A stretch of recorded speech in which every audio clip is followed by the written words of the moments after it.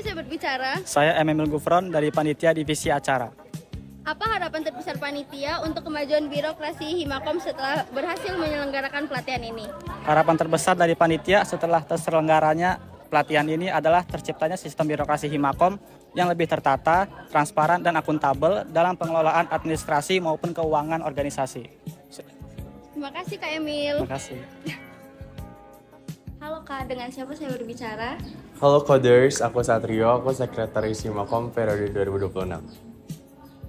Setelah pelatihan ini selesai, apa pesan paling penting yang ingin kakak tekankan agar administrasi kita ke depannya lebih tertib? Pesan yang paling penting adalah tetap mengikuti perkembangan SPIA karena seperti yang aku bilang SPIA itu dinamis. Dan yang paling penting lagi adalah alur dari administrasi itu sendiri dari panitia pelaksana sampai ke Sekretaris Himakom maupun Wakil Sekretaris Himakom itu sendiri. Terima kasih banyak ya Kak. Sama-sama.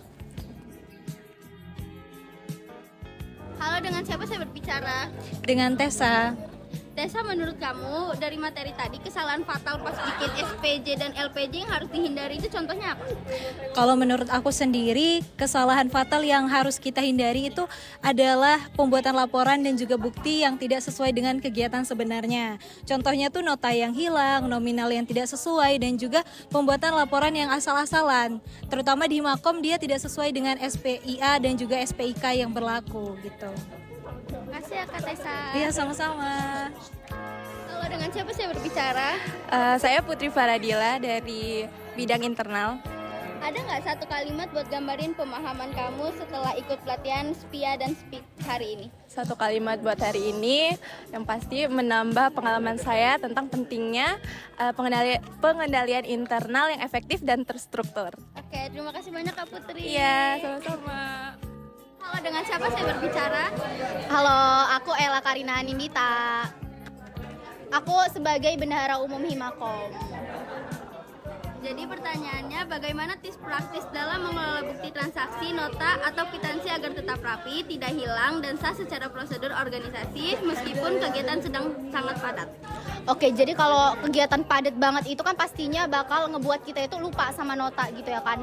Tapi di bendahara ini sendiri punya peraturan di mana setiap kali ada pengeluaran itu tuh notanya harus langsung di-scan. Jadi detik itu juga begitu nota diterima harus di-scan terlebih dahulu, kemudian uang itu baru dicairkan. Jadi pastinya kalau udah dalam bentuk soft file kan pastinya nggak bakalan hilang gitu ya kan, karena ada orang yang bilang kalau jejak digital itu tuh susah untuk dihilangkan. Jadi nota fisik tidak akan hilang karena udah difoto dalam bentuk soft file gitu. Jadi itu sih cara ampuh banget buat biar nota itu tuh nggak hilang.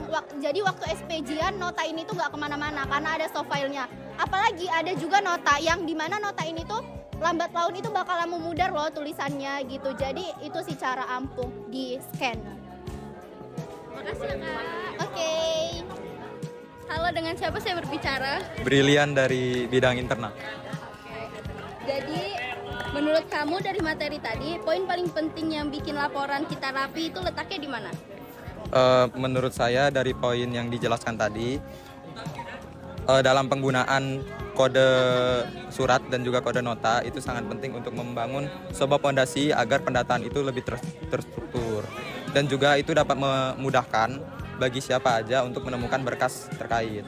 Gitu. Kasih ya. Yeah. Halo, dengan siapa saya berbicara? Dengan Irfan dari bidang keilmuan.